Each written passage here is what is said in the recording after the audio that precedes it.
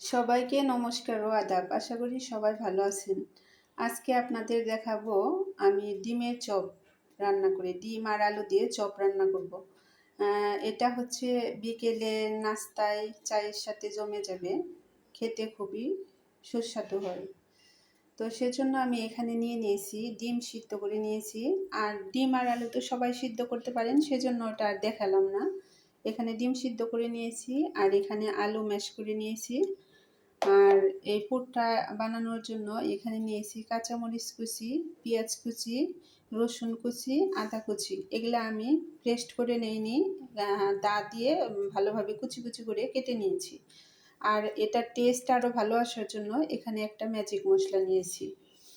আর এখানে চপটা ভাজার জন্য যে ব্যাটারটা তৈরি করব সেজন্য নিয়েছি 2 চা চামচের মতো চালের গুঁড়া আর বেসন। প্রথমে আমি পুরটা রেডি করে নিই। পুরটা ঠান্ডা হতে হতে আমি এই ব্যাটারটা রেডি করব।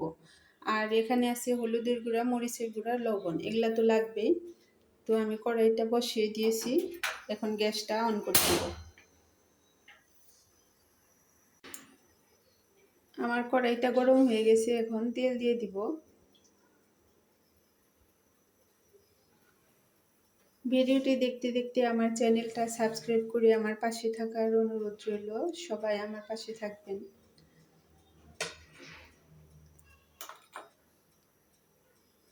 আর একটা লাইক করে দিয়েন আমার চ্যানেলে।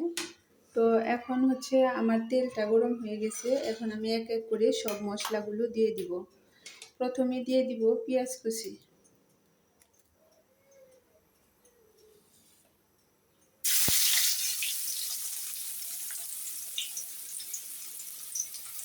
পেঁয়াজ আর কাঁচামরিচটা একসাথে দিয়ে দিব।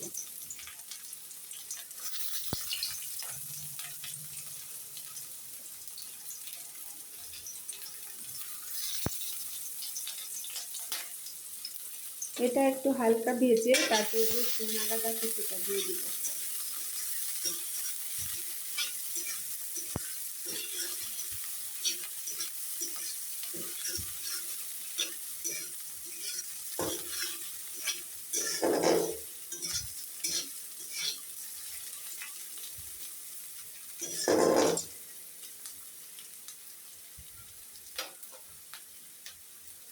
তো এটা হালকা করে ভেজে নিয়েছি, এখন দিয়ে দিব রসুন কুচি।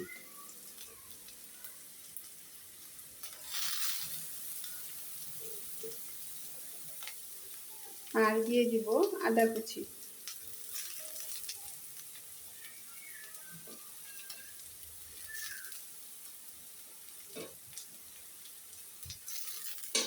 এখন এগুলো সব ভালোভাবে একটু ভেজে নিব।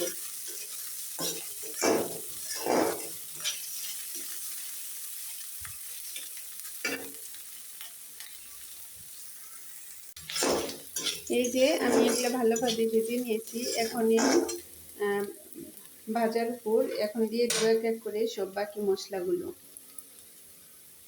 প্রথমে দিয়ে দিব পরিমাণ মতো লবণ,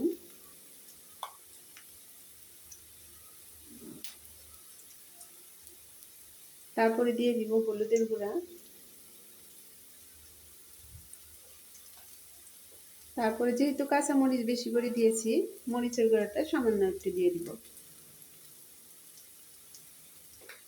আমার এই রেসিপিটা ফলো করে আপনারাও বানিয়ে খাবেন, এটা কিন্তু খেতে খুবই মজা হয়। তো এখন আমার সব মশলা ভেজে নেওয়া হয়ে গেছে, এখন আমি আগে থেকে আলু যে ম্যাশ করে রেখেছিলাম সেই আলুগুলো দিয়ে দিব।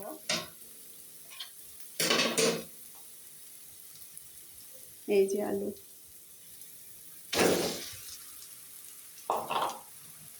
এখন এই মশলার সাথে আলুটা ভালোভাবে মিশিয়ে দিব।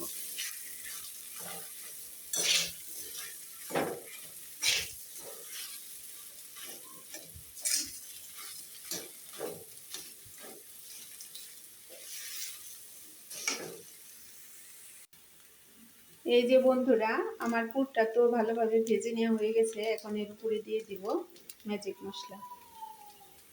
ম্যাজিক মশলা দেওয়ার কারণে এটার টেস্ট আরও ভালো আসবে। আপনাদের হাতের কাছে ম্যাজিক মশলা না থাকলে নাও দিতে পারেন, এটা অপশনাল।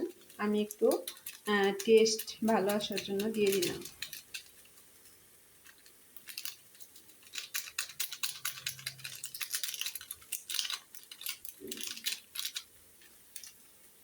তো এখন ম্যাজিক মশলার সাথে এটা ভালোভাবে আর একটু মিশিয়ে নিব।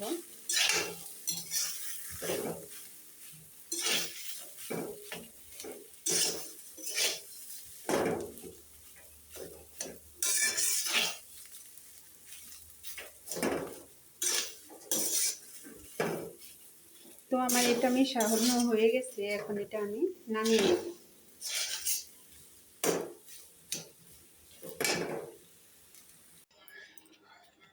এই যে বন্ধুরা, আমি আলুর পুরটা ভালোভাবে ভেজে নামিয়ে নিয়েছি। এটা ঠান্ডা হতে হতে আমি এই চপটা ভাজার জন্য যে ব্যাটার তৈরি করব সেটা তৈরি করে নিচ্ছি।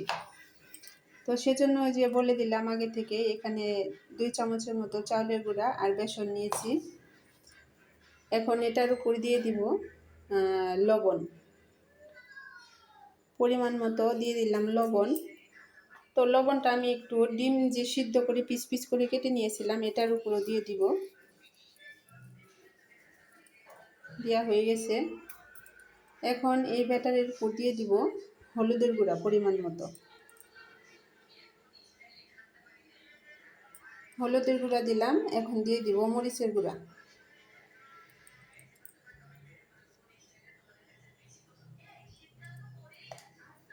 তো এখন এই ব্যাটারটা আমি পানি দিয়ে আস্তে আস্তে তৈরি করে নিব।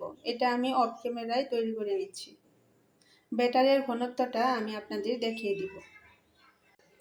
এই দেখেন বন্ধুরা, ব্যাটারের ঘনত্বটা আমি একটা চামচের সাহায্যে ভালোভাবে এভাবে মিশিয়ে নিয়েছি।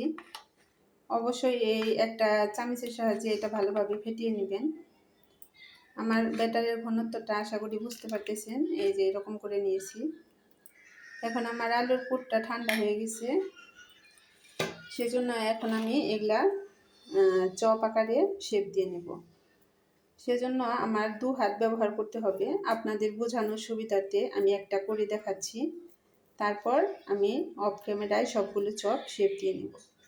এই যে এরকম করে নিয়েছি।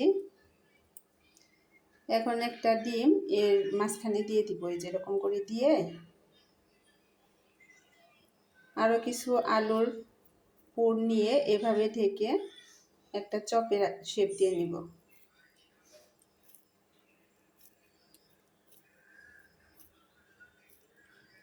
আপনারা আপনাদের ইচ্ছে অনুযায়ী দিতে পারেন। আমি ডিমটা যেহেতু লম্বা করে পিস করে নিয়েছি, সেজন্য আমি লম্বা শেপটা দিয়ে নিলাম। সবগুলো আমি এরকম করে বানিয়ে নিব।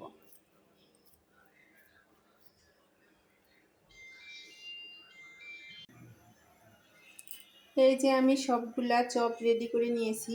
আমি যতগুলো আলু নিয়েছিলাম ততগুলাই আমার এখানে 7টা হয়েছে। আপনারা বেশি পরিমাণে খেতে চাইলে অবশ্যই আলুর পরিমাণটা একটু বেশি দিবেন আর ডিমের পরিমাণটাও বেশি করে দিবেন। আমার ডিম এখানে বেশি গিয়েছিল, সে ডিমটা আমার ছেলে এমনিতেই খেয়ে নিল। আর 7টা হয়েছে চপ। আর এই ব্যাটারটা যেহেতু আমি আগে থেকে রেডি করে রেখেছিলাম, সেজন্য আর একটু নাড়িয়ে নিব।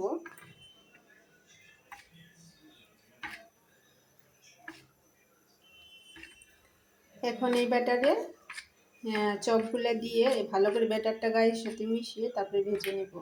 আমি তো চুলায় তেল বসিয়ে দিয়েছি। এখন চুলার জালটা লো ফ্লেম করে দিব।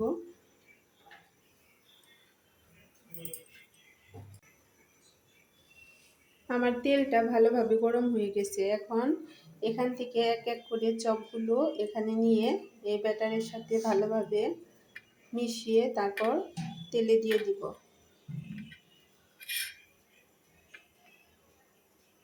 মেশানো হয়ে গেছে, এখন তেলের উপরে ছেড়ে দিব।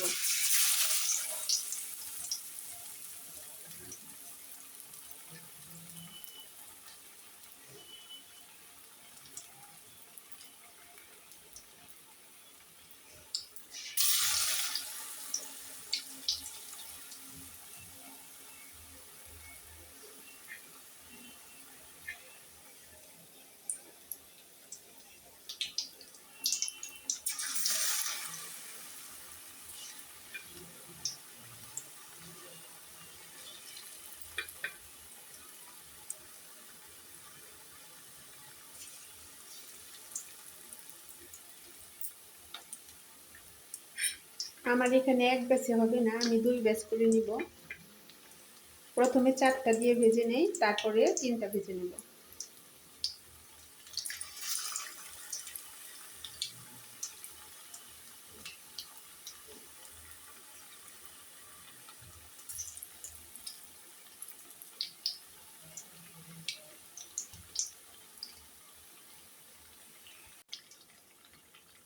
এই যে এখন লো ফ্লেমে ভালো করে উল্টে পাল্টে চপগুলো ভেজে নিতে হবে।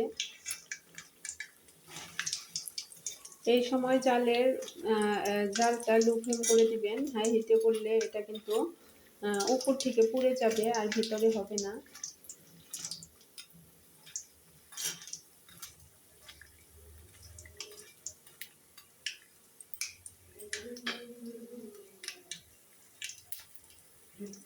তো এগুলো আমার এখন হয়ে গেছে, নামিয়ে নিব। বাকি সবগুলো আমি একইভাবে ভেজে নিব।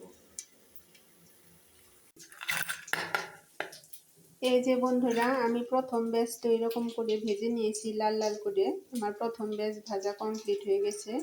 এখন দ্বিতীয় ব্যাচগুলো আমি একইভাবে ভেজে নিতেছি। আমার রেসিপিটি দেখতে দেখতে আমার চ্যানেলটা সাবস্ক্রাইব করে আমার পাশে থাকার অনুরোধ করতেছি বন্ধুরা। আপনারা সবাই আমার পাশে থাকবেন। আর একটা লাইক করে দিবেন প্লিজ। আমার এই রেসিপিগুলো ফলো করে আপনারাও বানিয়ে খেয়ে দেখবেন। খেতে কিন্তু অনেক ভালো লাগে। বিকালে চায়ের সাথে অথবা বাচ্চাদের টিফিনের সময় এগুলা বানিয়ে দিলে বাচ্চারা অনেক তৃপ্তি করে খাবে। বাইরের খাবার তো শরীরের জন্য ভালো না। আপনি বাসায় যদি একটু কষ্ট করে এগুলো বানিয়ে দেন তাহলে বাচ্চাদেরও খেতে ভালো লাগবে, আবার বাচ্চাদের শরীরও সুস্থ থাকবে। চায়ের সাথেও খেতে পারেন, আবার বাচ্চাদের টিফিনও বানিয়ে দিতে পারেন। আমি মাঝে মাঝে আমার ছেলেকে এভাবে আমি বানিয়ে দিই। আর আমার এখানে ব্যাটার অনেকটা কিন্তু বেশি হয়েছে, এটা আমি ফেলে দিব না, এটা পরবর্তীতে বেগুনি ভেজে খেয়ে নিব।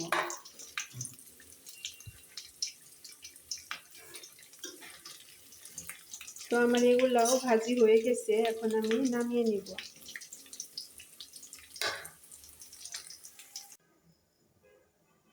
এই দেখেন বন্ধুরা, আমি সবগুলো চপ ভেজে নামিয়ে নিয়েছি। দেখতে কতটা লোভনীয় মনে হচ্ছে, তাই না? আপনারাও আমার মতো এরকম করে বানিয়ে খাবেন। মাঝে মাঝে বাইরে থেকে না খেয়ে বাসায় একটু বানিয়ে খাবেন, ভালো লাগবে। আর আমি আপনাদের একটা খেয়ে ভিতরে কীরকম হয়েছে সেটা রিভিউ দিচ্ছি, দাঁড়ান।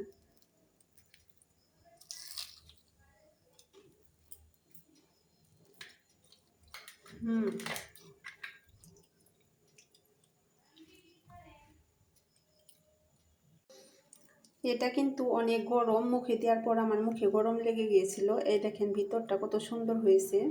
ভিতরে আলু আর হচ্ছে ডিমের পোর ভরা, অনেক টেস্টি, ক্রিস্পিও হয়েছে অনেক।